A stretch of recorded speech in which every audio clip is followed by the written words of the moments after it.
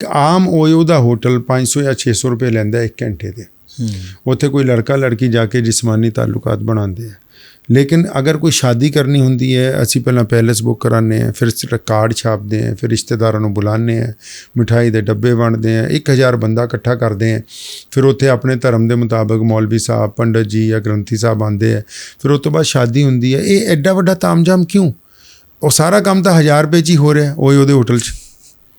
ਅਤੇ ਲੇਕਿਨ ਅੱਛਾ, ਇਸ ਸ਼ਾਦੀ ਤੋਂ ਬਾਅਦ ਵੀ ਕੀ ਹੋਣਾ? ਮੀਆਂ ਬੀਵੀ ਨੇ ਮਿਲਣਾ ਹੀ ਹੈ ਨਾ ਕਮਰੇ 'ਚ।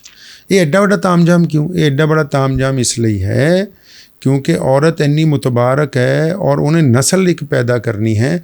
ਇਸ ਲਈ ਅਸੀਂ ਸਾਰੇ ਸਮਾਜ ਨੂੰ ਦੱਸਦੇ ਹਾਂ ਕਿ ਅੱਜ ਤੋਂ ਇਹ ਲੜਕਾ ਲੜਕੀ ਅਸੀਂ ਇਕੱਠੇ ਕਰ ਦਿੱਤੇ ਹੈ, ਇੱਕ ਦੂਸਰੇ ਦੇ ਮੀਆਂ ਬੀਵੀ ਹੈ, ਤਾਂ ਕਿ ਕੱਲ੍ਹ ਨੂੰ ਜਿਹੜੀ ਔਲਾਦ ਇਹਨਾਂ ਦੇ ਘਰ ਦੇ ਵਿੱਚ ਪੈਦਾ ਹੋਵੇ ਉਹਦੀ ਸਮਾਜ 'ਚ ਰਿਸਪੈਕਟ ਹੋਵੇ, ਪਤਾ ਹੋਵੇ ਵੀ ਇਹ ਫਲਾਣੇ ਮੁਸਲਮਾਨ ਦਾ, ਫਲਾਣੇ ਸਰਦਾਰ ਸਾਹਿਬ ਦਾ ਬੇਟਾ ਹੈ, ਫਲਾਣੇ ਪੰਡਤ ਜੀ ਦਾ ਬੇਟਾ ਹੈ। ਕੀ ਸਮਝੋ ਵੀ ਇਹਨਾਂ ਦੀ ਸ਼ਾਦੀ 'ਚ ਅਸੀਂ ਫਲਾਣੇ ਜਣੇ ਗਏ ਸੀ, ਇਹਨਾਂ ਦੇ ਮਾਂ ਬਾਪ ਦੀ ਸ਼ਾਦੀ 'ਚ। ਇਹ ਔਲਾਦ ਦੇ ਜ਼ਰੀਏ ਨੂੰ ਪਾਕ ਕਰਨ ਦੇ ਲਈ ਮੁਕੱਦਸ ਰਿਸ਼ਤਾ ਹੈ ਨਾ, ਕਿਉਂਕਿ ਉਸ ਰਿਸ਼ਤੇ ਤੋਂ ਇਨਸਾਨੀਅਤ ਚੱਲਣੀ ਹੈ, ਅੱਗੇ ਨਸਲ ਕਾਇਮ ਹੋਣੀ ਹੈ। ਅਤੇ ਇਹ ਤਾਂ ਸਾਨੂੰ ਵੀ ਪਤਾ ਵੀ 1000 ਰੁਪਏ 'ਚੋਂ ਕੰਮ ਹੋ ਸਕਦਾ, ਲੇਕਿਨ ਲੱਖਾਂ ਰੁਪਈਏ ਤਾਂ ਲਾਣੇ ਤਾਂ ਕਿ ਉਸ ਮੁਕੱਦਸ ਰਿਸ਼ਤੇ ਦੀ ਪਿਓਰਿਟੀ ਜਿਹੜੀ ਹੈ ਉਹ ਦੁਨੀਆ ਦੇ ਸਾਹਮਣੇ ਆਉਣੀ ਚਾਹੀਦੀ ਹੈ। ਅਤੇ ਇਸੀ ਗੱਲ ਤੋਂ ਤੁਸੀਂ ਅੰਦਾਜ਼ਾ ਲਗਾ ਲਓ ਕਿ ਔਰਤ ਦੀ ਕਿੰਨੀ ਰਿਸਪੈਕਟ ਹੈ ਕਿ ਇੱਕ ਨਿਕਾਹ ਜਾਂ ਇੱਕ ਸ਼ਾਦੀ ਜਾਂ ਇੱਕ ਮੰਡਪ ਜਿਹੜਾ ਹੈ ਉਹ ਇਸ ਲਈ ਸਜਾਇਆ ਜਾਂਦਾ ਹੈ ਤਾਂ ਕਿ ਲੋਕਾਂ ਨੂੰ ਇਹ ਦੱਸਿਆ ਜਾਵੇ ਕਿ ਇਹ ਰਿਸ਼ਤਾ ਬੜੀ ਪਾਕੀ ਦੇ ਨਾਲ ਜਿਹੜਾ ਉਹ ਸਥਾਪਿਤ ਕੀਤਾ ਜਾ ਰਿਹਾ, ਇਹਦੇ 'ਚ ਨਾਪਾਕੀ ਦੀ ਜਿਹੜੀ ਹੈ ਕੋਈ ਜਗ੍ਹਾ ਨਹੀਂ ਹੈ। ਇੱਕ ਵਿਆਹ ਸ਼ਾਦੀ ਦੀ ਗੱਲ ਚੱਲਦੀ ਸੀ, ਇੱਕ ਹੋਰ ਸਵਾਲ ਆਇਆ ਵੀ ਕਿਹਾ ਜਾਂਦਾ ਵੀ ਮੁਸਲਿਮ ਭਾਈਚਾਰੇ ਦੇ ਵਿੱਚ ਵਿਆਹ ਸ਼ਾਦੀ ਨੂੰ ਲੈ ਕੇ ਕੋਈ ਰੋਕ ਟੋਕ ਨਹੀਂ ਹੈਗੀ ਕਿ ਇੱਕ ਤੋਂ ਵੱਧ ਵਿਆਹ ਕਰਵਾ ਸਕਦੇ, ਕੀ ਗੱਲ ਸੱਚ ਹੈ? ਹਾਂ, ਬਿਲਕੁਲ ਸੱਚ ਹੈ ਜੀ। ਕੁਰਾਨ ਪਾਕ ਨੇ ਬੜਾ ਜ਼ਿਕਰ ਕੀਤਾ ਹੈ ਇਹਨਾਂ ਗੱਲਾਂ ਦਾ। ਕੁਰਾਨ ਸ਼ਰੀਫ ਇਸ ਗੱਲ ਨੂੰ ਲੈ ਕੇ ਇੱਕ ਐਸੀ ਕਿਤਾਬ ਹੈ ਦੁਨੀਆ ਦੀ ਜਿਹਨੇ ਬਹੁਤ ਸਾਰੇ ਐਸੇ ਪਹਿਲੂਆਂ ਨੂੰ ਵੀ ਉਜਾਗਰ ਕੀਤਾ ਹੈ ਜਿਹਦੇ 'ਚ ਬਹੁਤ ਸਾਰੇ ਧਰਮੀ ਲੋਕ ਜਿਹੜੇ ਚੁੱਪ ਹੋ ਜਾਂਦੇ। ਮਿਸਾਲ ਦੇ ਤੌਰ 'ਤੇ ਵਿਆਹ ਤੋਂ ਪਹਿਲਾਂ ਮੈਂ ਤੁਹਾਡੇ ਨਾਲ ਗੱਲ ਕਰਦਾ, ਆਪਣੇ ਦੇਸ਼ 'ਚ ਕਾਨੂੰਨ ਵੀ ਬਣਿਆ ਕਿ ਵੀ 3 ਤਲਾਕ ਜੀ। ਪਾਰਲੀਮੈਂਟ ਨੇ ਕਿਹਾ ਕਿ ਇੱਕੋ ਵਾਰੀ 3 ਤਲਾਕ ਦਓਗੇ ਅਤੇ ਉਹ ਨਹੀਂ ਹੋਣਗੀਆਂ ਤੁਹਾਨੂੰ।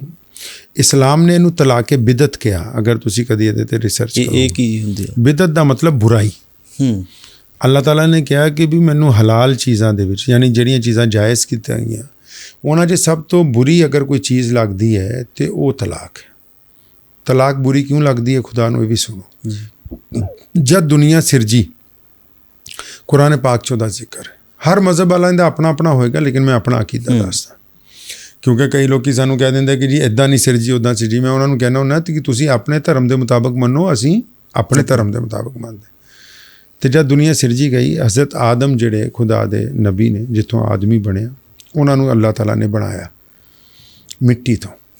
ਜਦ ਉਹਨਾਂ 'ਚ ਰੂਹ ਫੂਕੀ ਗਈ ਅਤੇ ਬਾਬਾ ਜਿਹੜਾ ਸੀ ਸਾਡਾ ਬਾਬਾ ਆਦਮ, ਅਸੀਂ ਉਹਨੂੰ ਕਹਿੰਦੇ ਹਾਂ, ਅਤੇ ਉਹ ਜੰਨਤ 'ਚ ਉਹਨਾਂ ਨੂੰ ਛੱਡਿਆ ਗਿਆ। ਅਤੇ ਜੰਨਤ 'ਚ ਰਹਿੰਦੇ ਸੀ ਅਤੇ ਉਦਾਸ।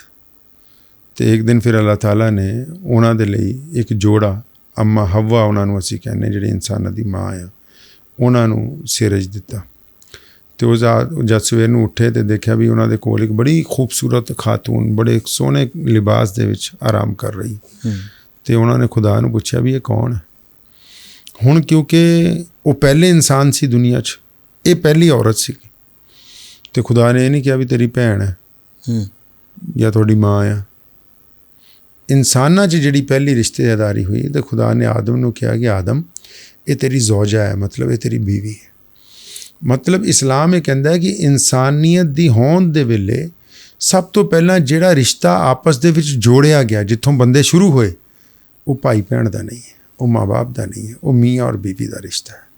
ਯਾਨੀ ਇਹ ਇੰਨਾ ਰਿਸਪੈਕਟਫੁਲ ਰਿਸ਼ਤਾ ਹੈ ਕਿ ਖੁਦਾ ਨੇ ਕਾਇਨਾਤ ਜਦੋਂ ਸ਼ੁਰੂ ਕੀਤੀ ਤਾਂ ਇਸ ਰਿਸ਼ਤੇ ਨੂੰ ਹੀ ਪਿਓਰਿਟੀ ਦਿੱਤੀ ਕਿ ਵੀ ਦੁਨੀਆ ਜਦੋਂ ਸ਼ੁਰੂ ਹੋਣੀ ਹੈ ਸਭ ਤੋਂ ਪਹਿਲਾਂ ਮੀਆਂ ਬੀਵੀ ਆਉਣਗੇ। ਅਸੀਂ ਇਸ ਰਿਸ਼ਤੇ ਨੂੰ ਇੰਨਾ ਮੁਤਬਾਰਕ ਸਮਝਦੇ, ਤਾਂ ਅੱਲਾਹ ਤਾਲਾ ਨੇ ਹੁਕਮ ਦਿੱਤਾ ਵੀ ਇਸ ਰਿਸ਼ਤੇ ਨੂੰ ਤੋੜਨਾ ਬੜੀ ਬੁਰੀ ਬਾਤ ਹੈ। ਉਸ ਹੱਦ ਤੱਕ ਜੋੜਦੇ ਰਹੋ ਜਦ ਤੱਕ ਤੁਸੀਂ ਪੂਰੀ ਤਾਕਤ ਨਾਲ ਲਗਾ ਦਿਓ ਕਿ ਵੀ ਟੁੱਟਣਾ ਨਹੀਂ ਚਾਹੀਦਾ। ਅਤੇ ਇਸ ਰਿਸ਼ਤੇ ਨੂੰ ਬੜਾ ਮੁਤਬਾਰਕ ਦਿੱਤਾ ਗਿਆ। ਅੱਛਾ, ਫਿਰ ਇਹਦੇ ਵਿੱਚ ਅੱਗੇ ਜਾ ਕੇ ਇਹ ਹੋਇਆ ਕਿ ਜਦ ਇਨਸਾਨੀਅਤ ਅੱਗੇ ਵੱਧਦੀ ਰਹੀ, ਜਦ ਮੀਆਂ ਬੀਵੀ ਦਾ ਕਈ ਵਾਰੀ ਆਪਸ 'ਚ ਬਣਦੀ ਨਹੀਂ, ਅਤੇ ਤੁਸੀਂ ਸੁਣਿਆ ਹੋਣਾ ਆਪਣੇ ਪੰਜਾਬ 'ਚ ਵੀ ਕਹਾਵਤ ਹੈ ਕਿ ਵੀ ਡੋਲੀ ਉੱਠ ਗਈ ਅਤੇ ਡੋਲਾ ਹੀ ਵਾਪਸ ਆਏਗਾ। ਅਤੇ ਮਤਲਬ ਵਿਆਹ ਹੋ ਗਿਆ ਅਤੇ ਹੁਣ ਉੱਥੋਂ ਮਾਰ ਕੇ ਹੀ ਜਾਣਾ, ਹੁਣ ਤਾਂ ਉਸੇ ਘਰ ਦੇ ਵਿੱਚ ਰਹਿਣਾ। ਇਸਲਾਮ ਨੇ, ਹਜ਼ਰਤ ਮੁਹੰਮਦ ਸਾਹਿਬ ਨੇ ਜਦ ਸਾਨੂੰ ਦੀਨ ਦਿੱਤਾ ਅਤੇ ਉਹਨਾਂ ਨੇ ਇਹ ਵੀ ਨਾਲ ਕਲੈਰੀਫਿਕੇਸ਼ਨ ਕਰ ਦਿੱਤੀ ਕਿ ਅਗਰ ਕੋਈ ਨਿਕਾਹ ਹੋਇਆ, ਕੋਈ ਰਿਸ਼ਤਾ ਹੋਇਆ, ਹੁਣ ਸਾਰਾ ਮਹੱਲਾ ਕਹਿੰਦਾ ਵੀ ਮੁੰਡਾ ਖਰਾਬ ਹੈ, ਨਸ਼ੇੜੀ ਹੈ, ਬਦਮਾਸ਼। ਅਸੀਂ ਕਹਿੰਦੇ ਨਹੀਂ ਜੀ, ਕੁੜੀ ਵਸਾ, ਕੁੜੀ ਵਸਾ। ਕੁਰਾਨ 'ਚ ਤਲਾਕ ਦਾ ਜ਼ਿਕਰ ਹੈ, ਵਰਨਾ ਕਿਸੇ ਮਜ਼ਹਬ ਦੀ ਕਿਤਾਬ 'ਚ ਤਲਾਕ ਦਾ ਜ਼ਿਕਰ ਨਹੀਂ। ਕੁਰਾਨ ਨੇ ਕਿਹਾ ਕਿ ਅਗਰ ਗਲਤੀ ਨਾਲ ਰਿਸ਼ਤਾ ਹੋ ਗਿਆ, ਹੁਣ ਦੋਨਾਂ 'ਚ ਬਣਦੀ ਨਹੀਂ, ਹੁਣ ਮਰਵਾ ਦਈਏ ਕੁੜੀ ਨੂੰ। ਜਿਸ ਤਰ੍ਹਾਂ ਬਹੁਤ ਸਾਰੇ ਲੋਕ, ਤੁਹਾਨੂੰ ਪਤਾ ਹੈ ਕਿ ਅੱਗ ਲਾ ਦਿੰਦੇ ਬੱਚੀਆਂ ਦੇ ਨੂੰ ਦਹੇਜ ਦੀ ਵਜ੍ਹਾ ਨਾਲ। ਅਗਰ ਤੁਸੀਂ ਉਹਨਾਂ ਮੁਕੱਦਮਿਆਂ ਨੂੰ ਦੇਖੋਗੇ ਤਾਂ ਉਹਨਾਂ 'ਚ ਤੁਹਾਨੂੰ ਮੁਸਲਮਾਨ 0.0% ਵੀ ਨਹੀਂ ਮਿਲਣਗੇ। ਬਹੁਤ ਸਾਰੇ ਲੋਕ ਜਿਹੜੇ ਆ ਕਤਲ ਕਰ ਦਿੰਦੇ। ਇਸਲਾਮ ਨੇ ਇਹੀ ਗੱਲ ਕਹੀ ਕਿ ਅਗਰ ਇਹ ਹੱਦ ਤੱਕ ਤਾਲੁਕਾਤ ਖਰਾਬ ਹੋ ਰਹੇ ਕਿ ਦੋਨਾਂ ਨੂੰ ਜੀਣ ਦਾ ਰਸਤਾ ਹੀ ਨਹੀਂ ਮਿਲ ਰਿਹਾ, ਔਰ ਲੱਗੇ ਹੋਏ ਅਸੀਂ ਕਿ ਨਹੀਂ ਜੀ ਇੱਥੇ ਹੀ ਬਸਾਣੀ ਹੈ, ਇੱਥੇ ਹੀ ਬਸਾਣੀ ਹੈ। ਇਸਲਾਮ ਕਹਿੰਦਾ ਨਹੀਂ, ਅਗਰ ਗਲਤੀ ਦੇ ਨਾਲ ਰਿਸ਼ਤਾ ਹੋ ਗਿਆ ਔਰ ਦੋਨਾਂ ਦੇ ਤਾਲੁਕਾਤ ਨਹੀਂ ਬਣ ਰਹੇ, ਫਿਰ ਤਲਾਕ ਵੀ ਰਹਿਮਤ ਹੈ ਇੱਕ ਤਰ੍ਹਾਂ ਦੀ, ਇੱਕ ਤਰ੍ਹਾਂ ਦੀ ਤੁਹਾਡੇ ਲਈ ਰਿਲੀਫ ਹੈ। ਇਸਲਾਮ ਕਹਿੰਦਾ ਕਰੋ ਖ਼ਤਮ, ਇਹਨੂੰ ਰਿਸ਼ਤੇ ਨੂੰ ਬੁਲਾ ਕੇ ਖ਼ਤਮ ਕਰੋ ਨਵੇਂ ਸਿਰੇ ਤੋਂ। ਲੜਕੀ ਕਿੱਥੇ ਜਾਂਦੀ ਹੈ, ਲੜਕਾ ਕਿੱਥੇ ਜਾਂਦਾ। ਬਹੁਤ ਸਾਰੀ ਜਗ੍ਹਾ ਜ਼ਰੂਰੀ ਨਹੀਂ ਕਿ ਲੜਕੀ ਗਲਤ ਹੋਵੇ, ਬਾਜ਼ ਜਗ੍ਹਾ ਲੜਕੇ ਫਸ ਜਾਂਦੇ। ਤੇ ਇਸਲਾਮ ਕਹਿੰਦਾ ਨਹੀਂ, ਕੋਈ ਗੱਲ ਨਹੀਂ, ਅਗਰ ਬਹੁਤ ਜ਼ਿਆਦਾ ਹਾਲਤ ਖ਼ਰਾਬ ਹੈ ਔਰ ਨਹੀਂ ਲੱਗਦਾ ਕਿ ਦੋਨੋਂ ਸਰਵਾਈਵ ਕਰਨਗੇ, ਅੱਗੇ ਨਿਕਲ ਸਕਦੇ, ਤਾਂ ਕੋਈ ਗੱਲ ਨਹੀਂ, ਇਹਨਾਂ ਨੂੰ ਅਲੱਗਾ ਕਰੋ। ਉਸ ਅਲੱਗਾ ਕਰਨ ਦੇ ਵਿੱਚ ਸ਼ਰੀਅਤ ਨੇ ਕਿਹਾ ਕਿ ਤਲਾਕਾਂ ਜਿਹੜੀਆਂ ਦੇਣੀਆਂ ਉਹ 3 ਤਲਾਕਾਂ ਦੇਣੀਆਂ। ਹੁਣ ਪਾਰਲੀਮੈਂਟ 'ਚ ਕੀ ਪੰਗਾ ਪਿਆ ਉਹ ਵੀ ਸੁਣੋ। ਉਹ ਪੰਗਾ ਇਹ ਸੀਗਾ ਕਿ ਇਸਲਾਮ ਨੇ ਕਿਹਾ ਵੀ ਇੱਕੋ ਸੈਸ਼ਨ ਦੇ ਵਿੱਚ 3 ਤਲਾਕਾਂ ਜਿਹੜੀਆਂ ਨਹੀਂ ਦੇਣੀਆਂ। ਮਤਲਬ ਮੈਂ ਤੁਸੀਂ ਆਪਾਂ ਬੈਠੇ ਹਾਂ, ਮੀਆਂ ਬੀਬੀ ਪੰਚਾਇਤ ਬੈਠੀ ਹੈ, ਤੁਸੀਂ ਕਹਿੰਦਾ ਤਲਾਕ ਤਲਾਕ ਤਲਾਕ ਤਲਾਕ ਹੋ ਗਈ। ਹੁਣ ਮੌਲਵੀ ਕਹਿੰਦੇ ਵੀ ਜਨਾਨੀ ਤਾਂ ਤੇਰੇ ਤੋਂ ਅਲੱਗ ਹੋ ਗਈ, ਹੁਣ ਨਹੀਂ ਮਿਲਣੀ ਵਾਪਸ। ਅਤੇ ਉਹਦੇ ਲਈ ਫਿਰ ਬਾਅਦ 'ਚੋਂ ਮੀਆਂ ਬੀਬੀ ਚਾਹੁੰਦੇ ਵੀ ਸੀ ਮਿਲਣਾ, ਤੇ ਨਹੀਂ ਮਿਲ ਸਕਦੇ। ਤੇ ਪਾਰਲੀਮੈਂਟ ਨੇ ਵੀ ਇਹੀ ਕਿਹਾ। ਇਸਲਾਮ ਨੇ ਪਹਿਲਾਂ ਤੋਂ ਕਿਹਾ ਵੀ 3 ਤਲਾਕ ਦਾ ਮਤਲਬ 3 ਸੈਸ਼ਨ ਹੋਣੇ ਚਾਹੀਦੇ। ਪਹਿਲੀ ਵਾਰੀ ਨਾਰਾਜ਼ਗੀ ਹੋ ਗਈ, ਬੁਲਾਓ, ਨਹੀਂ ਗੱਲ ਬਣਦੀ ਪਈ ਹੋ ਗਈ, 1 ਤਲਾਕ ਦੇ ਦੇਵੇ। 2-4 ਮਹੀਨੇ ਲੰਘ ਗਏ, ਫਿਰ ਬੁਲਾਓ, ਜੇ ਸੁਲ੍ਹਾ ਨਹੀਂ ਹੁੰਦੀ ਦੂਜੀ ਤਲਾਕ ਦੇ ਦੇਵੇ। 2-4 ਮਹੀਨੇ ਹੋਰ ਲੰਘ ਗਏ, ਉਹਨਾਂ ਕੋਲ ਲਾਸਟ ਵਾਰਨਿੰਗ ਹੈ। ਅੱਛਾ, ਤਲਾਕ ਤੋਂ ਬਾਅਦ ਦੁਬਾਰਾ ਰਿਸ਼ਤਾ ਇਸ ਲਈ ਨਾ ਜੋੜਨ ਦੀ ਗੱਲ ਕੀਤੀ ਗਈ। ਉਹ ਇਹ ਕਿਹਾ ਵੀ ਇਹ ਐਡਾ ਹਲਕਾ ਰਿਸ਼ਤਾ ਥੋੜ੍ਹੀ ਸੀ ਵੀ ਤੂੰ ਮੂੰਹੋਂ 3 ਵਾਰੀ ਕਹਿ ਤਾ ਤੇ ਛੱਡੀ ਗਈ। ਹੁਣ ਕਿਉਂ ਕਿਹਾ? ਐਸੇ ਖਤਰਨਾਕ ਨਾਪਾਕ ਲਫ਼ਜ਼ ਕਿਉਂ ਇਸਤੇਮਾਲ ਕੀਤੇ ਆਪਣੀ ਜ਼ੁਬਾਨ ਤੋਂ? ਤੇ ਹੁਣ ਤੂੰ ਕਹਿੰਦਾ ਵੀ ਤੇਰੀ ਮਰਜ਼ੀ ਹੈ, ਜਿੱਦਾਂ ਮਰਜ਼ੀ ਛੱਡ ਦੇਵਾਂ ਤੇ ਜਦੋਂ ਮਰਜ਼ੀ ਲਿਆਵਾਂ, ਫਿਰ ਤਾਂ ਇਹ ਤਮਾਸ਼ਾ ਹੋ ਗਿਆ ਦੂਸਰੇ ਦੀ ਬੇਟੀ ਦਾ ਨਾ। ਇਸਲਾਮ ਕਹਿੰਦਾ ਕਿ ਇਹਨੂੰ ਤਮਾਸ਼ਾ ਨਹੀਂ ਬਣਨ ਦਿੱਤਾ ਜਾਏਗਾ। ਪਾਰਲੀਮੈਂਟ ਵੀ ਉਹੀ ਕਾਨੂੰਨ ਲੈ ਕੇ ਆਈ। ਮੈਂ ਉਦੋਂ ਵੀ ਇਹ ਗੱਲ ਕਹੀ ਸੀ, ਪ੍ਰੈਸ 'ਚ ਸਪਸ਼ਟ ਕੀਤੀ ਸੀ ਕਿ ਬਹੁਤ ਸਾਰੇ ਲੋਕ ਇਹ ਸਮਝਦੇ ਪਏ ਕਿ ਉਹ ਬੜੀ ਬਾਤ ਹੋ ਗਈ। ਇਹ ਬਾਤ ਇਸਲਾਮ ਨੇ 1400 ਸਾਲ ਪਹਿਲਾਂ ਕਹੀ। ਹਾਂ, ਜਿਹੜਾ ਗਲਤ ਰਵਾਜ ਤੁਰ ਪਿਆ ਸੀ ਕਿ ਇੱਕੋ ਸੈਸ਼ਨ 'ਚ 3 ਤਲਾਕਾਂ ਦੇਣ ਲੱਗ ਪਏ ਸੀ, ਪਾਰਲੀਮੈਂਟ ਨੇ ਉਹਦੇ 'ਤੇ ਪਾਬੰਦੀ ਲਾਈ। ਇਸਲਾਮ ਵੀ ਪਹਿਲਾਂ ਤੋਂ ਇਸ ਹੱਕ ਦੇ ਵਿੱਚ ਹੈ ਕਿ ਇੱਕੋ ਸੈਸ਼ਨ ਦੇ ਵਿੱਚ 3 ਤਲਾਕਾਂ ਨਾ ਦਿੱਤੀਆਂ ਜਾਣ। ਇਸ ਲਈ ਇਸ ਗੱਲ ਨੂੰ ਵੀ ਜ਼ਿਹਨ ਨਸ਼ੀਨ ਕਰ ਲੈਣਾ ਚਾਹੀਦਾ। ਦੂਸਰੀ ਗੱਲ ਹੁਣ ਤੁਹਾਡੇ ਵਾਲੀ ਕਿ ਇਸਲਾਮ ਕਹਿੰਦਾ ਵੀ 1 ਤੋਂ ਜ਼ਿਆਦਾ ਸ਼ਾਦੀਆਂ ਤੁਸੀਂ ਕਰ ਸਕਦੇ ਹੋ। ਉਹ ਸਾਰਿਆਂ ਨੂੰ ਨਹੀਂ ਕਹਿੰਦਾ। ਤੁਹਾਨੂੰ ਅਸਲ ਅੱਜ ਤੱਕ ਕੋਈ ਮੁਸਲਮਾਨ ਮਿਲਿਆ ਜਿਹਦੀਆਂ 2 ਬੀਵੀਆਂ ਵੀ ਹੋਣ? ਜਾਂ ਪੰਜਾਬ 'ਚ ਲਿਆਓ ਕੱਢ ਕੇ ਕਿਹਾ ਜਾਂਦਾ ਵੀ ਕਿਹਾ ਜਾਂਦਾ ਹੈ।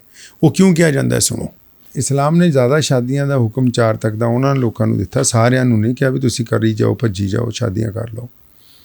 ਉਹਦੇ 'ਚ ਕਈ ਪਹਿਲੂ ਦਰ ਪਹਿਲੂ ਗੱਲਾਂ ਹੈ। ਪਹਿਲਾਂ ਤਾਂ ਤੁਸੀਂ ਸਮਰਥ ਹੋਵੋ ਵਪਾਰਿਕ ਤੌਰ 'ਤੇ, ਜਿਸਮਾਨੀ ਤੌਰ 'ਤੇ।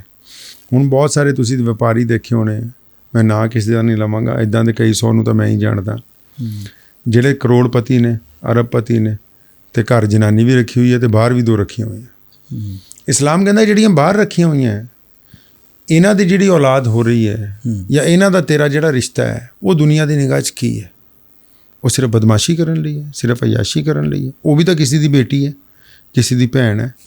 ਜੇ ਤੂੰ ਐਡਾ ਹੀ ਵੱਡਾ ਮਰਦ ਬਣਦਾ ਹੈ ਤੇ ਫਿਰ ਉਹਨੂੰ ਆਪਣਾ ਨਾਮ ਦਿਓ।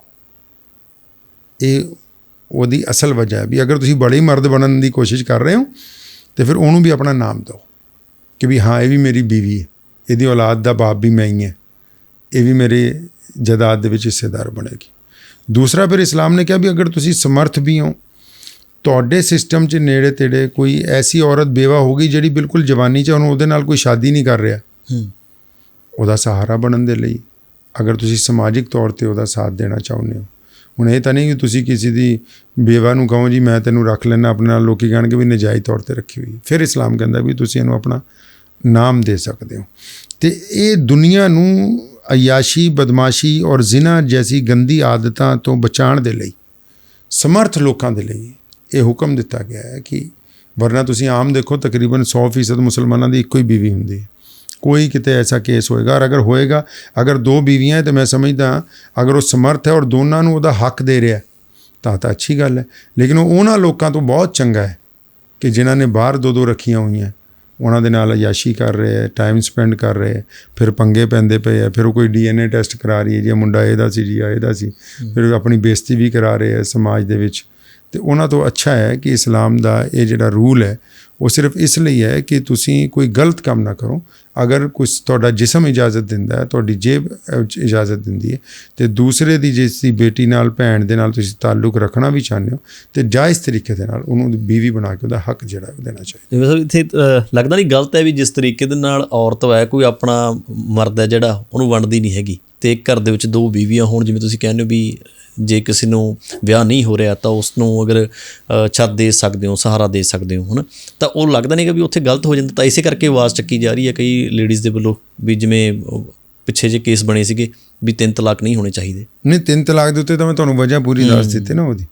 ਇਸ ਤੋਂ ਇਲਾਵਾ ਮੈਂ ਤੁਹਾਨੂੰ ਪਹਿਲਾਂ ਵੀ ਦੱਸ ਚੁੱਕਾ ਹਾਂ ਕਿ ਇਸਲਾਮ ਦੇ ਵਿੱਚ ਔਰ ਦੁਨੀਆ 'ਚ ਵੀ, ਇਹ ਤਾਂ ਸੋਸ਼ਲ ਮੀਡੀਆ ਕਹਿੰਦਾ ਵੀ ਔਰਤ ਦਾ ਸ਼ੋਸ਼ਣ ਬਹੁਤ ਹੋ ਰਿਹਾ। ਔਰਤ ਰਿਸਪੈਕਟਫੁਲ ਬਹੁਤ ਹੈ, ਉਹਦੀ ਡਿਗਨਿਟੀ ਬਹੁਤ ਹੈ।